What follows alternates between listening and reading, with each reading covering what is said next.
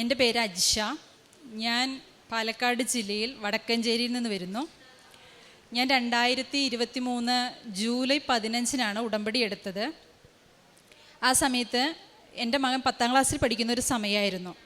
അപ്പോൾ അതുവരെ അവൻ നല്ല രീതിയിൽ പഠിച്ചുകൊണ്ടിരുന്നതായിരുന്നു. 10ലോട്ട് കടന്ന് വലിയ കുഴപ്പമൊന്നുമില്ലാതെ അങ്ങനെ മുന്നോട്ട് പോയിക്കൊണ്ടിരിക്കുമ്പോൾ അവന് പെട്ടെന്ന് ഇങ്ങനെ പഠിത്തത്തിൽ പുറകോട്ട് പോയി, ആരുമായിട്ട് കൂട്ടില്ലാതായി, അങ്ങനെ ഒരു ഒറ്റപ്പെട്ട ഒരു അവസ്ഥയിലേക്ക്, ആരോടും മിണ്ടാതെ അങ്ങനെ ഇരിക്കുന്ന ഒരു അവസ്ഥയിലേക്ക് പോയി. അപ്പം ഞങ്ങൾ ഒരു കൗൺസിലിങ്ങിന് കൊണ്ടുപോയി. വലിയ പ്രശ്നങ്ങളൊന്നുമില്ല, ചെറിയൊരു നമ്മൾ വിട്ടു പോകണ്ടല്ലോ, ഒരുപാട് ആവണ്ടല്ലോ എന്ന് വിചാരിച്ച് ഫസ്റ്റ് തന്നെ ഒരു കൗൺസിലിങ്ങിന് കൊണ്ടുപോയി.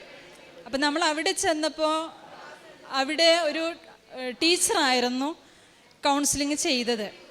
അപ്പോൾ ആ ടീച്ചർ ഇവിടെ കൃപാസനത്തിൽ വന്ന് ഉടമ്പടി എടുത്തിട്ടുള്ളൊരു ടീച്ചറായിരുന്നു. അപ്പോൾ ഇവനെ കൊണ്ട് പ്രാർത്ഥിപ്പിച്ചു, ക്ലാസ് എടുത്തു, പ്രാർത്ഥിപ്പിച്ചു, തൈലം തേച്ചു കൊടുത്തു. കുഴപ്പമൊന്നുമില്ല, വേറെ പ്രശ്നങ്ങളൊന്നുമില്ല, ഓക്കെ ആയിക്കോളൂ എന്ന് പറഞ്ഞു വിട്ടു. അപ്പം ഞങ്ങൾ വിചാരിച്ചു, ഞങ്ങൾ പോകുന്നിടത്തൊക്കെ കൃപാസനത്തിൻ്റെ കാര്യങ്ങളാണല്ലോ പറയണേ എന്ന് വിചാരിച്ചു. പക്ഷെ ഇതിനു മുമ്പ് കൃപാസനത്തെ പറ്റി എൻ്റെ ഒരു റിലേഷൻ, ഒരു ചേച്ചി ഇവിടെ വന്ന് ഉടമ്പടി എടുത്തിട്ടുണ്ട്. അപ്പോൾ എല്ലാ ദിവസവും എനിക്ക് സാക്ഷ്യങ്ങളും വചനം എനിക്ക് അയച്ചു തരും. എന്നിട്ട് ഇടയ്ക്കിടയ്ക്ക് ഒരു വോയിസ് മെസ്സേജ് ഇടും, 2 മിനിറ്റ് അല്ലെങ്കിൽ 5 മിനിറ്റേ ഉള്ളൂ, ആ സാക്ഷ്യങ്ങളൊന്ന് കേൾക്കണം കേട്ടോ നീയെന്ന് പറയും. പക്ഷെ ഞാൻ ആ സാക്ഷ്യങ്ങൾ സത്യം പറഞ്ഞാൽ കേൾക്കാറില്ലായിരുന്നു എന്നതാണ് സത്യം. ഒറ്റ സാക്ഷ്യങ്ങളും ഞാൻ തുറന്നു നോക്കിയിട്ടില്ല, ഞാൻ യൂട്യൂബിലും കേട്ടിട്ടില്ല. പക്ഷെ ചോദിക്കുമ്പോൾ ഞാൻ കേൾക്കാറുണ്ട് ചേച്ചി എന്ന് പറയും. അത് കഴിഞ്ഞപ്പോൾ പിന്നീട് ഒരു ദിവസം ഒരു മരണ വീട്ടിൽ പോയപ്പോഴും ഹസ്ബൻഡിനോട് ഒരു ചേട്ടൻ പറഞ്ഞു, ആളുടെ വീട്ടിൽ ഇതുപോലെ പ്രശ്നങ്ങളും കാര്യങ്ങളൊക്കെ പറഞ്ഞപ്പോൾ അവർ കൃപാസനത്തിൽ വന്ന് ഉടമ്പടി എടുത്തിട്ടുണ്ട് എന്ന് പറഞ്ഞു. അപ്പോൾ പുള്ളി വീട്ടിൽ വന്നിട്ട് പറഞ്ഞു, എന്താണെങ്കിലും വേണ്ടില്ല, നമ്മൾ പോകുന്നിടത്ത് മുഴുവനും നമ്മളോട് പറയുന്നവർ, സംസാരിക്കുന്നവരെല്ലാവരും കൃപാസനത്തെ പറ്റിയാണ് പറയുന്നത്. അപ്പം നമ്മളെ അങ്ങോട്ട് തന്നെ എത്തിക്കാൻ വേണ്ടിയിട്ടാണ് എന്ന് പറഞ്ഞു. അപ്പം ശരി, നമുക്ക് ഉടമ്പടി എടുക്കാം, കുഴപ്പമില്ല. പക്ഷെ അതിനെപ്പറ്റി ഒന്നും അറിയില്ല, ഉടമ്പടിയുടെ കാര്യങ്ങളോ റൂൾസോ ഒന്നും അറിയില്ല. അപ്പം എനിക്ക് ഈ സാക്ഷ്യങ്ങൾ അയച്ചു തരുന്ന ചേച്ചിയെ വിളിച്ച് ഞാൻ ചോദിച്ചു. അവർ ബോംബെയിലാണ് താമസിക്കുന്നത്. അപ്പോൾ ആ ചേച്ചി വിളിച്ച് ചോദിച്ചു, എനിക്കിങ്ങനെ ഉടമ്പടി എടുക്കണമെന്ന് ആഗ്രഹമുണ്ട്, കൃപാസനത്തിൽ പോകണം, എന്താ ചെയ്യണ്ടേ, എങ്ങനെയാണ് എന്നെല്ലാം ചോദിച്ചപ്പോൾ ഇന്ന പോലെ എല്ലാം ചെയ്യണം, കാര്യങ്ങൾ ചെയ്യണം, എല്ലാം പറഞ്ഞു തന്നു. അപ്പം ഞങ്ങൾ 4 പേരും കൂടെ ഒരു ദിവസം, വഴി അറിയില്ല, എവിടെയാണെന്ന് അറിയില്ല, ഒന്നും അറിയില്ല, ആലപ്പുഴയാണെന്ന് മാത്രമേ അറിയുള്ളൂ, കലവൂരാണെന്ന് പോലും ഞങ്ങൾക്ക് അറിയില്ല. അപ്പം ഞങ്ങൾ ഒരു ദിവസം, ഒരു വെള്ളിയാഴ്ച ദിവസം ഇതുപോലെ രാത്രി 9 മണിയായപ്പോൾ വീട്ടിൽ നിന്ന് ഇറങ്ങി. അല്ല, ഉച്ചയ്ക്ക് ശേഷം ഇറങ്ങി, ആദ്യമായിട്ട് വരുന്ന ദിവസം ഉച്ചയ്ക്ക് ശേഷം ഇറങ്ങി. അപ്പോൾ ഇവിടെ വന്ന് ഒരു റൂം എടുക്കാം എന്നൊക്കെ ചിന്തിച്ചാൽ വരണേ. അപ്പം ഞങ്ങളുടെ ഒരു ഉദ്ദേശം എന്ന് പറഞ്ഞാൽ, കൃപാസനം എന്ന് പറയുമ്പോൾ ഒരു വലിയ പള്ളി, അപ്പോൾ അതിൻ്റെ അടുത്ത് ടൗൺ ഏരിയ പോലെ ആയിരിക്കും, അപ്പോൾ റൂമുകൾ കിട്ടും എന്നൊക്കെ വിചാരിച്ച് ഞങ്ങളിവിടെ വരുന്നേ. അപ്പോൾ ബസ്സിൽ അവിടെ നിന്ന് തൃശ്ശൂരിൽ നിന്ന് ഞങ്ങൾ കയറി, ആലപ്പുഴ ബസ്സിന് കയറി. അപ്പോൾ അവിടെ നിന്ന് ടിക്കറ്റ് എടുത്തപ്പോൾ പറഞ്ഞു, ഞങ്ങൾക്ക് കൃപാസനം അറിയില്ല, ഞങ്ങളവിടെ ഫ്രണ്ടിൽ ഇറക്കി വിടണം എന്ന് പറഞ്ഞിരുന്നു. അപ്പോൾ ഇവിടെ എത്തിയതും കണ്ടക്ടർ വിളിച്ചു, കൃപാസനം എത്തി എന്ന് പറഞ്ഞു. ഇറങ്ങി വന്ന് നോക്കുമ്പോൾ ഒരു ചെറിയ പള്ളിയൊക്കെയാണ്, ഞങ്ങൾ പ്രതീക്ഷിച്ച പോലെയൊന്നും അല്ല. 9 മണിയായി, ഒരു മനുഷ്യനില്ല, സെക്യൂരിറ്റി മാത്രമേ ഉള്ളൂ ഇവിടെ വരുമ്പോൾ. ഒരു റൂം എവിടെ നിന്ന് കിട്ടുന്ന ആലോചിച്ചിട്ട് ഒരു പിടിയില്ല. ഈ സമയത്ത് എവിടെ പോയി റൂം അന്വേഷിക്കും, എവിടെ കിടക്കും, ഇവിടെയാണെങ്കിൽ കിടത്തില്ല എന്ന് പറഞ്ഞു. ഞങ്ങൾ 4 പേരും ഉണ്ട്.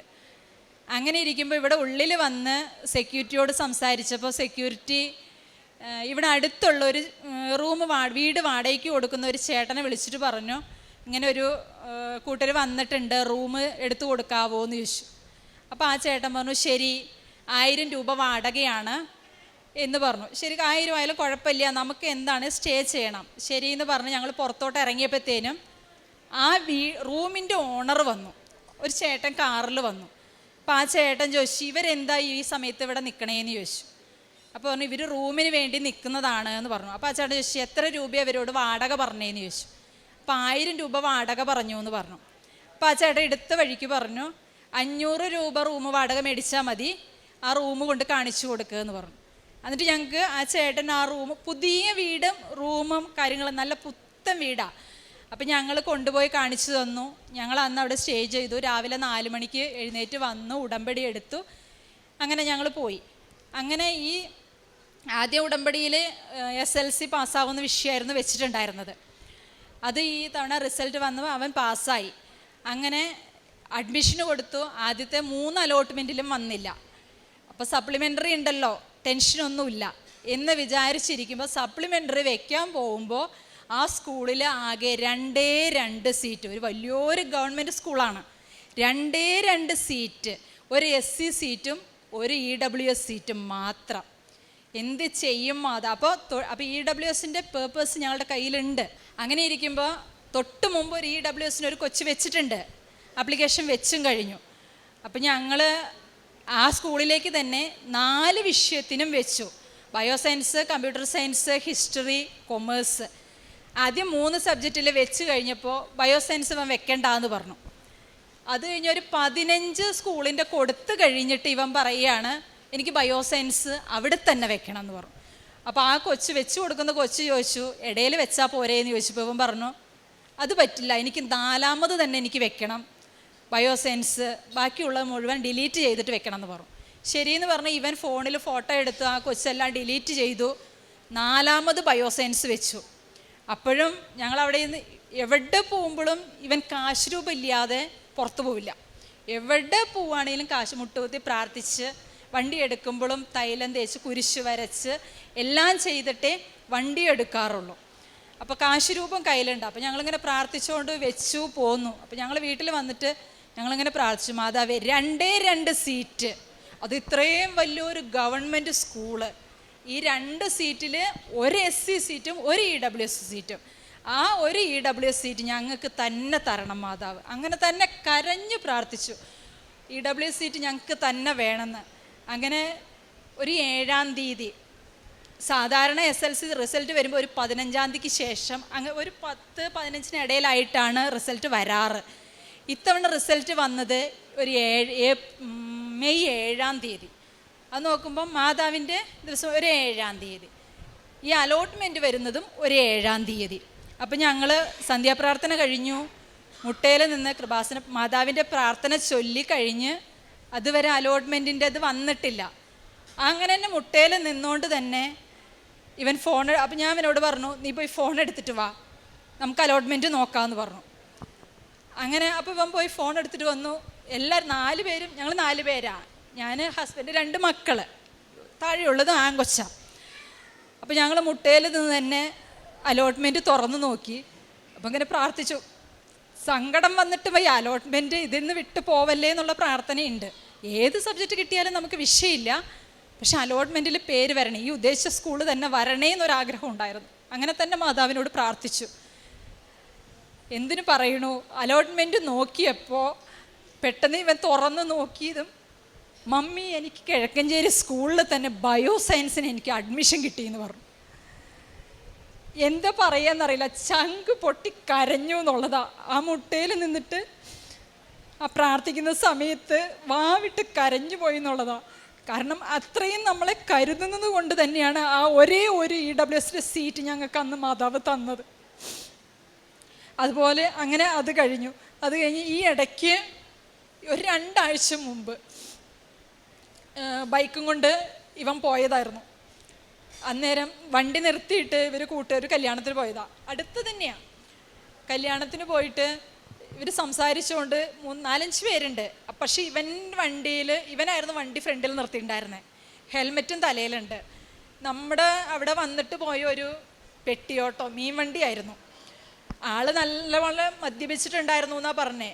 പക്ഷെ ഇവരവിടുന്നേ വണ്ടി വരുമ്പോൾ കാണുന്നുണ്ടായിരുന്നു, വണ്ടി ഇങ്ങനെ അങ്ങോട്ടും ഇങ്ങോട്ടും ഇതായി വരുന്നത് കാണുന്നുണ്ടായിരുന്നു. പക്ഷെ വന്ന് ഇടിക്കുന്ന ആർക്കും ഒരു പ്രതീക്ഷ ഉണ്ടായിരുന്നില്ല. പക്ഷെ വണ്ടി വന്ന് ഇടിച്ചു, ഇവനും തെറിച്ചു പോയി, വണ്ടിയും തെറിച്ചു പോയി. അപ്പുറത്തൊരു കരിങ്കല്ല് ഇതിങ്ങനെ കെട്ടിയ ചാലും ഇതൊക്കെയായിരുന്നു. വണ്ടി ആളും എല്ലാം താഴേക്ക് പോയി. തല ഒരു കല്ലിൽ ചെന്ന് ഇടിച്ചു. പക്ഷെ ഹെൽമെറ്റുള്ള കാരണം ഹെൽമെറ്റ് പൊട്ടിപ്പോയി. പക്ഷെ തലയ്ക്കൊന്നും പറ്റിയില്ല. കയ്യിലൊരു ചെറിയൊരു മുറിവ്, കാലിൽ അതൊരു സാധാരണ വീണ ഉണ്ടാകുന്ന അത്ര ഒരു ചെറിയ മുറിവോട് കൂടിയിട്ട് മാതാവ് അവനെ കാത്ത് സംരക്ഷിച്ചു.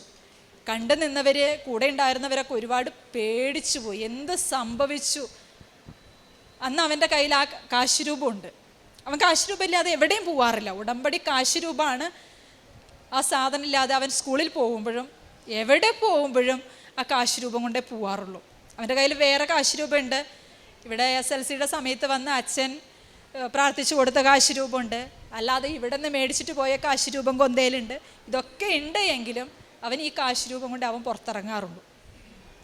അങ്ങനെ അതിൽ നിന്നും മാതാവ് ഞങ്ങളെ കാത്ത് സംരക്ഷിച്ചു. അതുപോലെ ഞങ്ങൾ ആദ്യമേ ഉടമ്പടി വെച്ചപ്പോൾ മുതൽ വീട് സ്ഥലം ഒന്ന് വിറ്റ് കിട്ടണമെന്ന്, ഞങ്ങൾക്ക് അവിടെ നിന്നൊന്ന് മാറണം എന്ന് ആഗ്രഹം ഉണ്ടായിരുന്നു. വിൽപ്പനയ്ക്ക് വേണ്ടി വെച്ചിട്ടുണ്ടായിരുന്നു. അപ്പോൾ ഇത്ര പ്രാവശ്യം വെച്ചിട്ട് ഞങ്ങൾക്കത് നടന്നു കിട്ടി. സ്ഥലം കുറച്ച് ഒരു 14 സെൻറ്റ് വിൽക്കാൻ ഇട വന്നു. പക്ഷെ വീട് ഇരിക്കുന്നവിടം കൊടുക്കാൻ സാധിച്ചില്ലായിരുന്നു. അപ്പോൾ ഈ കഴിഞ്ഞ 24 ജൂലൈയിൽ വന്ന് ഞാൻ ഉടമ്പടി പുതുക്കിയപ്പോൾ മാതാവിനോട് ഞാൻ നിയോഗം വെച്ചിരുന്നു. എനിക്ക് 90 ദിവസത്തിനുള്ളിൽ, സമയത്തിന്മേൽ അധികാരമുള്ള മാതാവായതുകൊണ്ട് നീ എനിക്ക് 90 ദിവസത്തിനുള്ളിൽ എനിക്കിതിനൊരു മറുപടി തരണം, ഞങ്ങൾക്ക് ആ വീടിൻ്റെ കാര്യത്തിൽ എന്തെങ്കിലും ഒരു തീരുമാനമാക്കി തരണം എന്ന് പ്രാർത്ഥിച്ചിരുന്നു. അങ്ങനെ 90 ദിവസവും കഴിഞ്ഞ് ഉടമ്പടി കഴിഞ്ഞ് ഒരു 15 ദിവസവും കൂടെ കഴിഞ്ഞപ്പോഴത്തേനും വീടിൽ ഇരിക്കുന്ന സ്ഥലം കച്ചവടമായി. ഈ കഴിഞ്ഞ ദിവസങ്ങളിൽ എഗ്രിമെൻറ്റ് കഴിഞ്ഞു കഴിഞ്ഞപ്പോൾ ഞങ്ങൾക്കൊരു തൽക്കാലം താമസിക്കാനൊരു വീട് വേണം. ഒരു വാടക വീട് തൽക്കാലം ഞങ്ങൾക്ക് വേണം, മാറണം. കാരണം വീട് മേടിച്ചവർക്ക് പെട്ടെന്ന് നമ്മൾ ഒഴിഞ്ഞു കൊടുക്കണം. അവർ ദൂരെ ഈ ആലുവ ഭാഗത്തുനിന്ന് വന്ന് മേടിച്ചവരാണ്. അപ്പോൾ അവർക്ക് വേഗം വീട് ഒഴിഞ്ഞു കൊടുക്കണം. പക്ഷെ നമുക്കൊരു വീടായിട്ടില്ല. അങ്ങനെ ഞങ്ങൾ കുറേ വീടുകൾ പോയി നോക്കി. ഞങ്ങളൊരു ചെറിയ കുടുംബമായതുകൊണ്ട് ഞങ്ങൾക്ക് ഒരുപാട് വലിയ വീടൊന്നും വേണ്ട, ചെറിയ വീട്, സാധാരണ വീട് മതി. അപ്പം ഞങ്ങൾ എവിടെയും അന്വേഷിച്ചിട്ട് കിട്ടുന്നില്ല. വാടകയ്ക്ക് നോക്കിയിട്ടും വലിയ വലിയ വീടുകൾ കിട്ടുന്നില്ല. അങ്ങനെ ഇരിക്കുമ്പോൾ കഴിഞ്ഞ ദിവസം ഒരു വീട് പോയി, ഹസ്ബൻഡ് പോയി കണ്ടു, ഇഷ്ടപ്പെട്ടു, വീഡിയോ എടുത്തിട്ട് വന്നു. എല്ലാവർക്കും ഇഷ്ടമായി. അപ്പോൾ പറഞ്ഞു രാവിലെ പോയി ടോക്കൺ കൊടുത്ത് എഗ്രിമെൻ്റ് എഴുതിക്കാം എന്ന് പറഞ്ഞ് എല്ലാവരും റെഡിയായി. രാവിലെ 8 മണിക്ക് എല്ലാവരും റെഡിയായി ഇറങ്ങാൻ നിൽക്കുമ്പോഴത്തേനും ബ്രോക്കർ വിളിച്ചിട്ട് പറയുകയാണ്, അത് നടക്കില്ല, ആ വീട് കിട്ടില്ല എന്ന് പറഞ്ഞു. എല്ലാവർക്കും ഭയങ്കര സങ്കടമായി. 4 പേരും നീ എന്ത് ചെയ്യും മാതാവേ, ഇതും ഞങ്ങൾക്ക് വിധിച്ചതല്ല എന്ന് ഞങ്ങൾക്ക് നല്ല വിശ്വാസമുണ്ട്. പക്ഷേ ഞങ്ങളെ നീ എവിടെയും ഞങ്ങളെ അനാഥരായിട്ട് പുറത്തേക്ക് ഇറങ്ങേണ്ട ഒരു അവസ്ഥയിലേക്ക് എത്തിക്കില്ല എന്ന് ഞങ്ങൾക്ക് നല്ല ബോധ്യമുണ്ട്. അപ്പോൾ അതിൻ്റേതായ ഞങ്ങളെക്കൊണ്ട് സാധിക്കുന്ന രീതിയിൽ, ഞങ്ങൾക്ക് വാടക കൊടുക്കാൻ പറ്റുന്ന രീതിയിൽ ഒരു ഭവനം ഞങ്ങൾക്ക് എന്താണെങ്കിലും നീ ഒരുക്കി തരും, ഞങ്ങൾ പോകുന്നതിന് മുമ്പേ നീ പോകും എന്ന് നല്ല ഉറപ്പുണ്ടായിരുന്നു ഞങ്ങൾക്ക്. അങ്ങനെ അന്നത്തെ ദിവസം വർക്ക് പോയി. ഞങ്ങൾ ടൗണിലേക്ക് പോയി. ഇവരെ വീട്ടിലിരുന്നു. ചെറുത് സ്കൂളിൽ പോയി, ഇവന് സ്കൂളിൽ പോയി. ഞങ്ങൾ 2 പേരും കൂടെ ടൗണിലേക്ക് ഇറങ്ങിയപ്പോഴാണ് ആ ബ്രോക്കർ തന്നെ വിളിച്ചിട്ട് പറഞ്ഞു, ഒരു വീടുണ്ട്, നമുക്ക് പോയി കാണാം എന്ന് പറഞ്ഞു. ശരി ആയിക്കോട്ടെ പോവാന്ന് പറഞ്ഞ് ഞങ്ങൾ പോയി കണ്ടു. ഒരു ടെറസ് വീട് തന്നെയാണ്. ഞങ്ങളൊരു ഓട്ടു വീടാണ് ഞങ്ങൾ അന്വേഷിച്ചു കൊണ്ടിരുന്നത്. കാരണം നമുക്ക് ഒരുപാട് വാടക കൊടുക്കാനുള്ള സാമ്പത്തികം നമ്മുടെ കയ്യിലില്ല. അപ്പോൾ ഒരു ഓട്ട് വീട് മതി, ഞങ്ങൾ 4 പേരുള്ളൊരു കുടുംബം അല്ലേ എന്ന് വിചാരിച്ചിരിക്കുമ്പോൾ ഒരു ടെറസ് വീട് റോഡ് സൈഡിൽ, ഒരുപാട് വലിയ പണികളൊന്നും കഴിഞ്ഞ വീടല്ല, പക്ഷെ നല്ല സൗകര്യമുള്ളൊരു വീട്.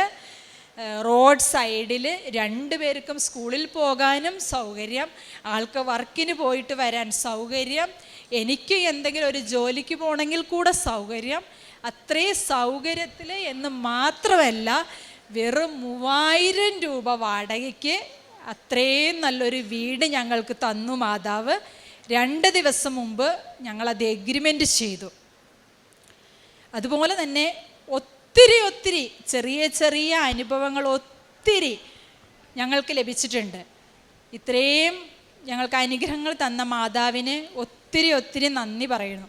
പിന്നെ അതുപോലെ തന്നെ പ്രേക്ഷിത പ്രവർത്തനം എന്ന് പറഞ്ഞാൽ ഇവിടെ ഞങ്ങൾ പേപ്പർ മേടിച്ച് ആദ്യമൊക്കെ ഞാൻ അടുത്തുള്ള വീടുകളിലൊക്കെ കൊടുക്കുമായിരുന്നു. പിന്നെ ആയപ്പോൾ അടുത്തുള്ള വീടുകളിലൊന്നും കൊടുക്കാതെ ടൗണിൽ പോയി ഇങ്ങനെ ടൗണിലൂടെ നടന്ന് ഇങ്ങനെ സൈഡിലുള്ള കടകളിലും ഓട്ടോക്കാരന്മാർക്കും നമ്മളെ ഒരുവിധ റോഡിൽ കൂടെ നടന്നു വരുന്നവർക്കും അങ്ങനെ എല്ലാവർക്കും പത്രം കൊടുക്കാൻ തുടങ്ങി. പിന്നെ അതുപോലെ നമ്മുടെ അടുത്തൊരു വൃദ്ധസദനുണ്ട്, കുറച്ച് ദൂരം. ഒരു 10-200 പേരുള്ള അമ്മച്ചിമാരുള്ളൊരു വൃദ്ധസദനാണ്. അപ്പം ഞങ്ങളുടെ അവിടെ നിന്ന് കുറച്ച് പേര് ഇവിടെ വന്ന് ഉടമ്പടി എടുത്തിട്ടുള്ളവർ അവിടെ പോവാറുണ്ട്. അപ്പോൾ അവരുടെ കൂടെ പോവാൻ പറ്റുന്ന സാഹചര്യങ്ങളിലൊക്കെ അവരുടെ കൂടെ പോവും, അവരോട് കൂടെ കുറേ നേരം ഇരിക്കും. അവർക്ക് എന്തെങ്കിലും ചെയ്തു കൊടുക്കണമെങ്കിൽ അതെല്ലാം ചെയ്തു കൊടുക്കും, അങ്ങനെ തിരിച്ചു വരും. പിന്നെ അതുപോലെ ഞങ്ങൾ ഫാമിലി ആയിട്ടും ഞങ്ങളവിടെ പോവാറുണ്ട്. എന്തെങ്കിലും ആവശ്യങ്ങൾ, ഡ്രസ്സുകൾ വാങ്ങിച്ചു കൊടുക്കാറുണ്ട്, അവർക്ക് വേണ്ട സാധനങ്ങൾ വാങ്ങിച്ചു കൊടുക്കാറുണ്ട്, അങ്ങനെ ചെയ്യാറുണ്ട്. പിന്നെ അതുപോലെ ആരെങ്കിലുമൊക്കെ ഇങ്ങനെ സാമ്പത്തിക സഹായം ബുദ്ധിമുട്ട് ചോദിക്കുന്നവർക്ക് ചെയ്തു കൊടുക്കാറുണ്ട്.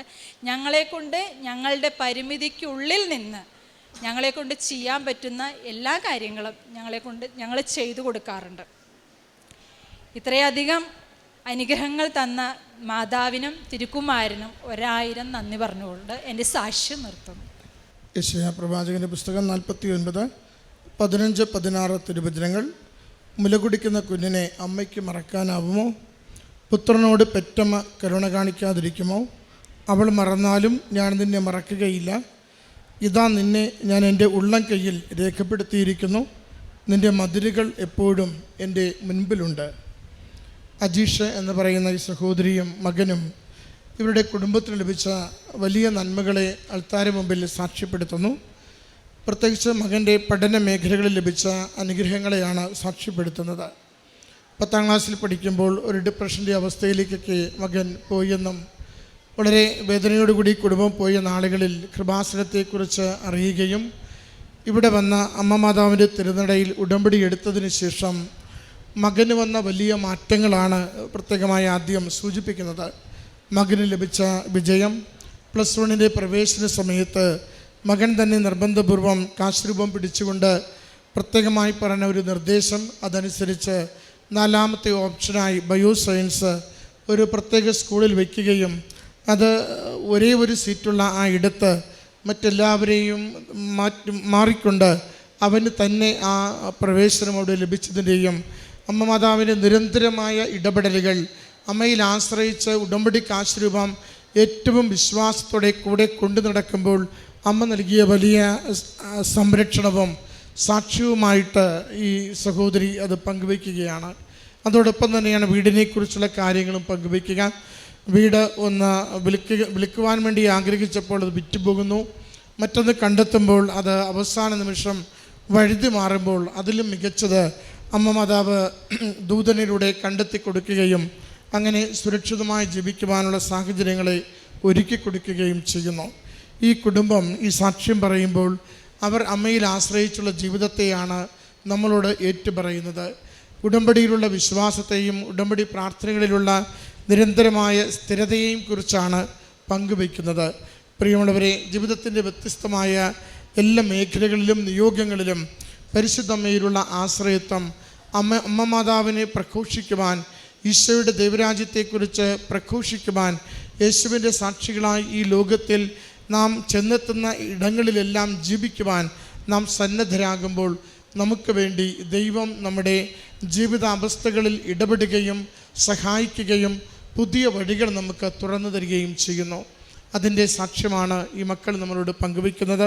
ഇവർക്ക് ലഭിച്ച ഈ വലിയ അനുഗ്രഹത്തെ ഓർത്ത് അമ്മ മാതാവിനും തിരുക്കുമാരനും നന്ദി പറഞ്ഞുകൊണ്ട് കരഘോഷത്തോടുകൂടി ഈ സാക്ഷ്യം സമർപ്പിക്കാം. അത്യപൂർവ ദൈവാനുഭവങ്ങൾ ഇനി നിങ്ങൾക്കും സ്വന്തം.